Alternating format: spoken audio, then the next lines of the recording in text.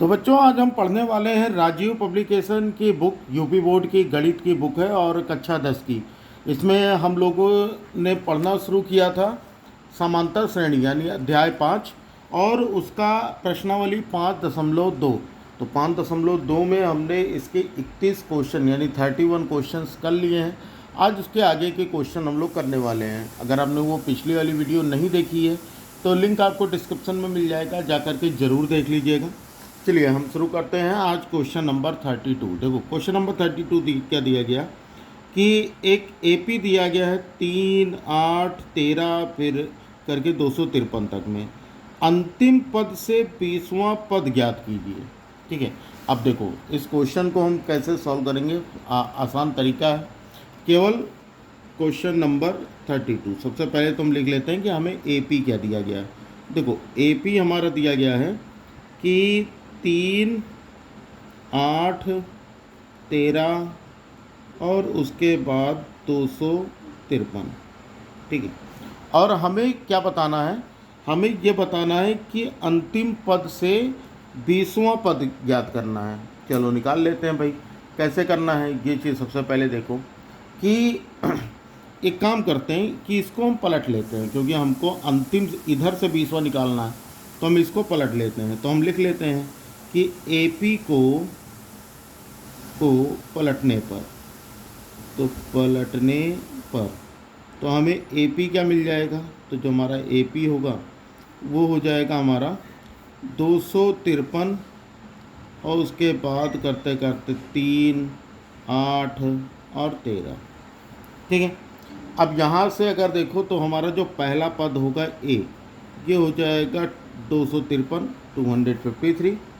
यहाँ पर सार्वंतर निकाल लो इसका डी, तो डी कितना हो जाएगा हमारा 8 - 3, ये तो होगा हमारा। यहाँ से देखो सार्वंतर हमारा कितना होगा। अच्छा हम उल्टे तरफ से आ रहे हैं, अगर ऐसे यहाँ से देखो जो हमारा ओरिजिनल एपी दिया था तो यहाँ पर अगर देखोगे तो 8 - 3 जो होगा वो सार्वंतर हमारा कितना होगा 5 होगा ही नहीं। तो इसका मतलब हम उल्टा करके हम आ रहे हैं, तो इसका मतलब उल्टा करके हम इसको भी लिखेंगे। तो ये डी हमारा कितना हो जाएगा -5 और जो अंतिम पद है ए एन ये हमारा हो जाएगा 13 और हमें निकालना कितना है एन। बाकी हमको फार्मूले का प्रयोग कर लेना है। फार्मूला हमारा क्या होता है, अब देखो फार्मूला हमारा होता है a n is equals to a plus n minus 1 into d, यही तो होता है। अब यहाँ से अगर हम निकालें a n is equals to a plus n minus 1 into d, और आपको केवल इस फार्मूले पर वैल्यू रख देनी है। ए एन हमारा कितना हो गया 13, यहाँ पर रख लो भैया 13। ए कितना हो गया 253 प्लस एन हमें निकालना है -1 और डी है हमारा -5। अब इसको सॉल्व करो, ये हो जाएगा 13 बराबर ये हो गया 253। ये बात आ रही समझ में।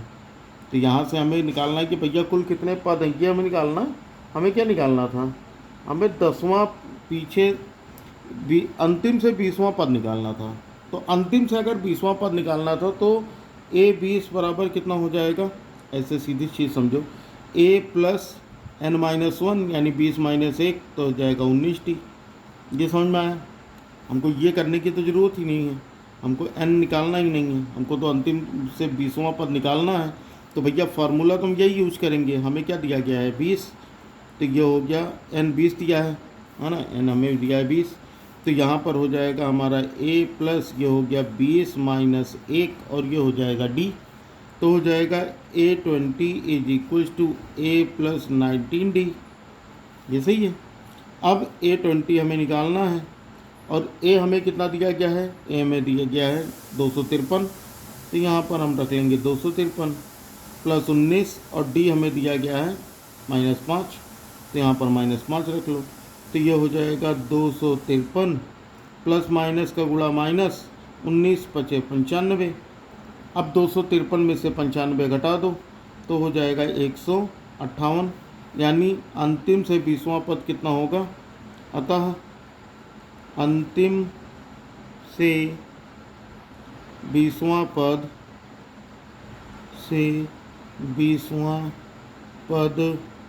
158 है। बस यही हमारा आंसर है। बताओ भाई, समझ में आ गई बात। जहाँ पर थोड़ा सा मुझे लगा कि इस फार्मूले में एन हमको पता नहीं, हमको एन निकालना है, लेकिन बाद में फिर क्वेश्चन देखा कि नहीं, एन तो हमें दिया गया कि 20वां पद निकालना है। क्लियर हुआ? चल आगे देखो, प्रश्न संख्या 33 पे आते हैं।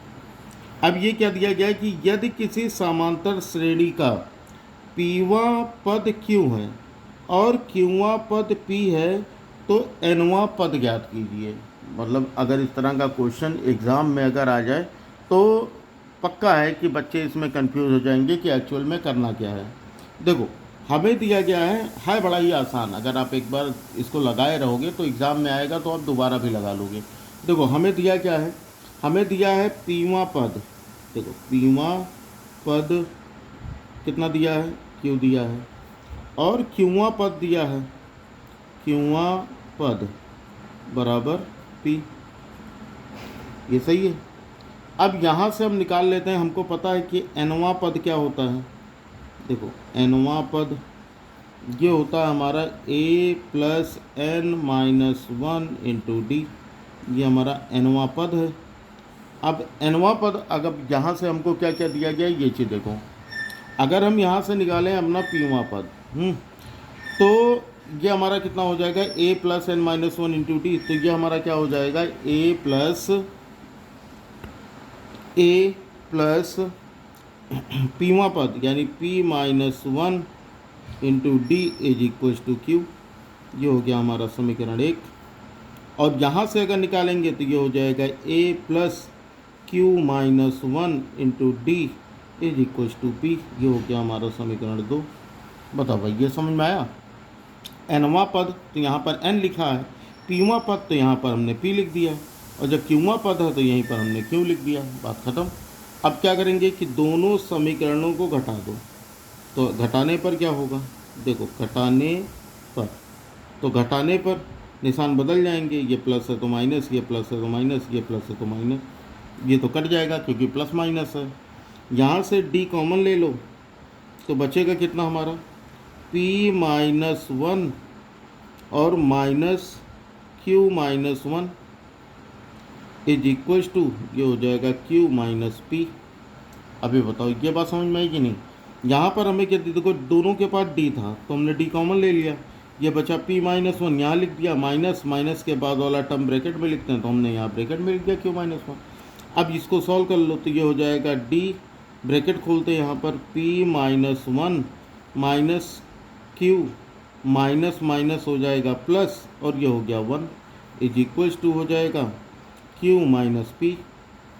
अब बताओ भाई, यहाँ पर देखो माइनस वन है, ये प्लस वन है, तो ये तो कैंसिल हो जाएगा, तो बचेगा कितना, डी, ये हो गया p minus q is equals to, यहाँ पर पी माइनस क्यू है, यहाँ पर क्यू माइनस पी है, तो यहाँ से भी माइनस कॉमन ले लो तो क्या हो जाएगा हमारा पी माइनस क्यू।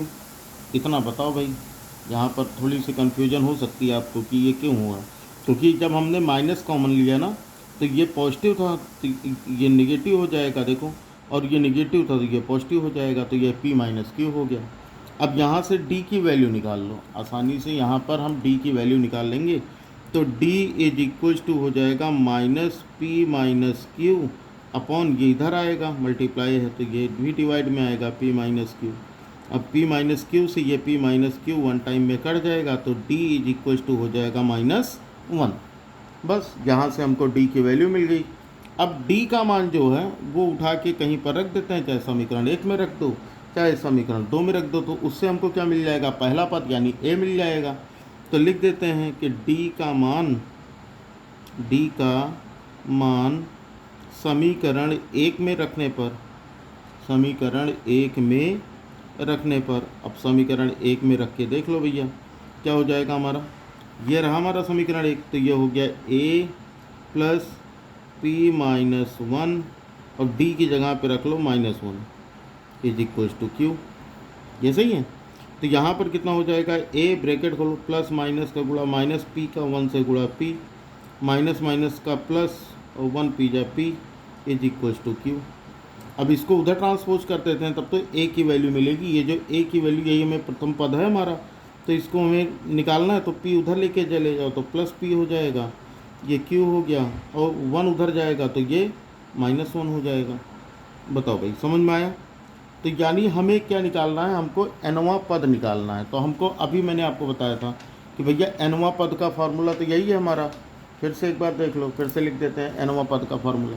देखो यहाँ पे लिखते हैं, ठीक है। तो हमारा जो nवां पद था, nवां पद बराबर a plus n-1 into D. अब यहाँ पर क्या करेंगे, जो जो हमको पता है वो वैल्यू रख दो। a की वैल्यू हमको पता है कितना है, p प्लस क्यू माइनस 1। याद रखो p की वैल्यू, a की वैल्यू यही है। तो a की वैल्यू हमने यहाँ पर रख दिया, p प्लस क्यू माइनस 1, ये हो गया हमारा। फिर प्लस ये हो गया हमारा n-1, और d की वैल्यू कितनी थी हमारी, d की वैल्यू -1 थी, तो यहाँ पे -1 भी रख दो, बस हो गया। अब इसको सॉल्व कर दो, तो ये हो गया p प्लस क्यू माइनस 1, यहाँ हो जाएगा प्लस माइनस का -n, और माइनस माइनस का हो गया +1। ये -1 और ये +1, ये तो कट जाएगा, तो इसको काट दो, तो बचेगा कितना, p प्लस क्यू और -n। यही हमारा क्या होगा, nवां पद होगा। यही हमारा आंसर है। बताओ, था इतना भारी भयंकर क्वेश्चन कि समझ में ही नहीं आ रहा था कि करना क्या है, लेकिन हमें क्या करना है, बस यही आसान सा काम, वही एक फार्मूला, उसका यूज करेंगे, हमारा आंसर आ जाएगा। बताओ भाई, ये समझ में आ गया क्वेश्चन? आगे पढ़ें क्वेश्चन नंबर 34 पे। चलो 34 पे पढ़ते हैं। लेकिन अभी तक आप लोगों ने वीडियो नहीं लाइक किया, तो भाई वीडियो अगर लाइक कर दोगे तो मुझे भी थोड़ा मोटिवेशन मिल जाएगा। तो इसलिए वीडियो को लाइक ज़रूर करते रहा करें। अपने जो भी फ्रेंड्स हों, आपके स्कूल के जो भी, जिनके यहाँ राजीव पब्लिकेशन की बुक चलती हो, उनको वीडियो शेयर ज़रूर करें, ताकि उनको भी भाई इसका फ़ायदा मिल सके। ठीक है, चलो आगे देखते हैं। अगला क्वेश्चन क्या दिया गया, क्वेश्चन नंबर 34 देखो। क्वेश्चन नंबर 34 दिया गया कि किसी समांतर श्रेणी का 5वां पद 1 है और 31वां पद 77 है, तो श्रेणी याद करो। ठीक है, हमें दिया गया 5वां पद, तो ए 5वां पद 1 है और 31वां पद यानी a 31 कितना है हमारा, -77 है। तो श्रेणी बताना है, तो सही है, बता लेंगे, क्या करना है इसमें। अब देखो, अगर हम यहाँ से देखें तो यहाँ पर a plus n-1 into D होता है, a प्लस n-1 nवां पद। तो यानी अगर हम यहाँ से देखें तो a प्लस n जो है 5 है, तो 5 - 1 हो जाएगा 4d इज इक्वल टू 1। ये मान लो कि समीकरण 1 है कि नहीं। और यही चीज़ यहाँ पर करोगे तो कितना हो जाएगा, a प्लस 31 - 1 करोगे तो हो जाएगा 30d, तो हो गया 30d बराबर -77, और इसको कर लो, ये समीकरण 2 है। अब यहाँ से अगर हम घटा लें दोनों समीकरणों को घटाने पर, तो घटाने पर क्या होंगे, निशान बदल जाएंगे, ये माइनस ये प्लस। अच्छा, ये कट गया, घटाने पर हमको डी मिल जाएगा, क्योंकि ये प्लस हो गया, ये माइनस हो गया, पॉजिटिव नेगेटिव, तो ये 0 हो गए, तो ये कट गया। अब यहाँ पर प्लस माइनस का सॉल्यूशन माइनस, साइन बड़े नंबर क्या किएगा, तो बड़ा नंबर तो 30 है, तो -30 - 4 करोगे तो हो जाएगा 26d। ये दोनों प्लस में है, तो 77 और 1 के हो जाएगा 78। अब बताओ भाई, ये बात समझ में आया? अब यहाँ से d की वैल्यू निकाल लो, d इज इक्वल टू हो जाएगा 78, यहाँ हो जाएगा -26। अब 78 को अगर 26 से डिवाइड करो तो कितना हो जाएगा, 26 × 78, तो यानी d बराबर कितना हो जाएगा, -3। ये सही है, d बराबर -3, यानी हमको यहाँ पर d की वैल्यू मिल गई। अब हमको a निकालना है, क्योंकि हमको श्रेणी निकालनी है भाई, तो हमको a निकालना पड़ेगा। तो d का मान समीकरण 1 में रखने पर तो हमें a भी तो मिल जाएगा।